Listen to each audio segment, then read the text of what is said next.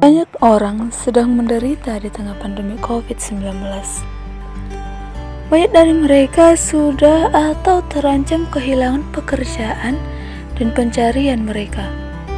Beberapa telah terinfeksi atau kehilangan anggota keluarga karena virus corona. Banyak orang tua bergumul dengan ketegangan emosional dan mental dari menjaga anak di rumah, dan lain juga berjuang merawat orang tua yang sudah lanjut usia ketika fasilitas perawatan dan pelayanan lain masih ditutup semasa pandemi ini. Ditambah lagi, hampir dari kita semua menghadapi hilangnya kebebasan dan perasaan terisolasi di tengah pembatasan yang diterapkan untuk menghambat penyebaran virus. Bagaimana kita dapat menolong, menanggung beban satu sama lain dalam Galatia 6 ayat 2. Meskipun kita sendiri tidak bisa kemana-mana, kita dapat menolong mereka. Kita dapat menolong sesama kita dengan 3 cara. Yang pertama yaitu pelayanan penghiburan. Perjalanan hidup ini penuh dengan peristiwa kehilangan. Dalam kesengsaraan Ayub berseru, "Dengan telanjang aku keluar dari kandungan ibuku. Dengan telanjang juga aku akan kembali ke dalamnya." Dalam Ayub 1 ayat 21. Hal itu menunjukkan bahwa dalam perjalanan hidup ini kita akan kehilangan semua yang pernah kita miliki. Itu termasuk kesehatan, harta, dan orang-orang yang kita kasihi. Menanggung penderitaan bersama berarti kita tidak menganggap remeh masa-masa sulit yang pasti dirasakan oleh anggota komunitas yang mengalami kehilangan. Kita memberi waktu kepada saudara-saudari seiman kita untuk berduka.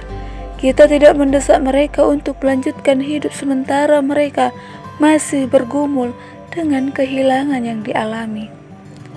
Sebaliknya, kita setia mendampingi mereka, merangkul mereka, dan memberi diri untuk menerima curahan emosi mereka.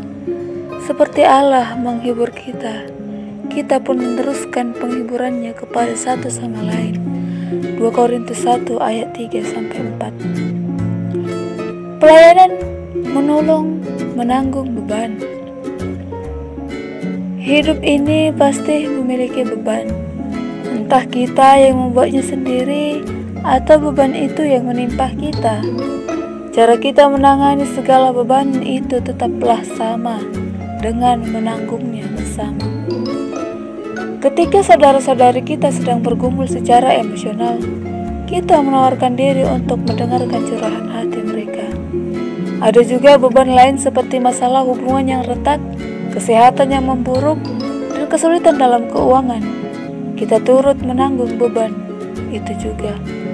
Komunitas mungkin dapat dilibatkan untuk mendamaikan anggota-anggota yang sedang bertikai, merawat yang sakit, atau menawarkan bantuan keuangan kepada orang yang kekurangan. Lalu yang ketiga, pelayanan bertekun saling mendoakan. Bertekun dalam saling mendoakan sebagai komunitas adalah salah satu cara untuk menghadapi masa sulit bersama-sama. Kita saling bertolongan menanggung beban dengan membawa kebutuhan mereka dalam doa kepada Allah. Kita dapat melakukan doa berantai, berdoa dalam jam doa yang sama, untuk mempertahankan solidaritas dengan mereka yang sungguh-sungguh membutuhkan pertolongan dalam hidup mereka. Kita bersama-sama menantikan Tuhan sampai Dia turun tangan dan memberikan pertolongannya kepada kita. Seperti Tuhan kita bangkit setelah melalui penderitaan dan kematian.